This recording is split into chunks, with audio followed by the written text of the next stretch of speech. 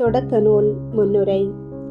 திருவிவிலியத்தில் முதற்கண் இடம்பெறும் இந்நூல் இஸ்ரேல் மக்களின் வரலாற்றை மனித இனத்தின் தோற்றத்துடன் இணைத்து காட்டுகின்றது.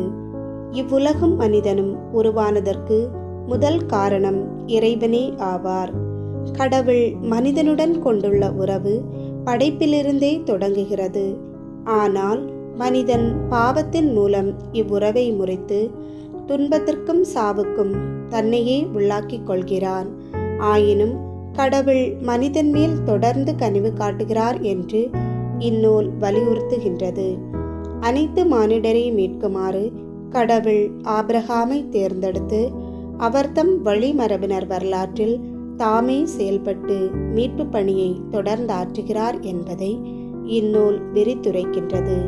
ஆபிரகாம், ஈசாக்கு, யாக்கோபுக்கு தாம் அளித்த வாக்குறுதியை இறைவன் நிறைவேற்றுவார் என்ற நம்பிக்கையுடன் இந்நூல்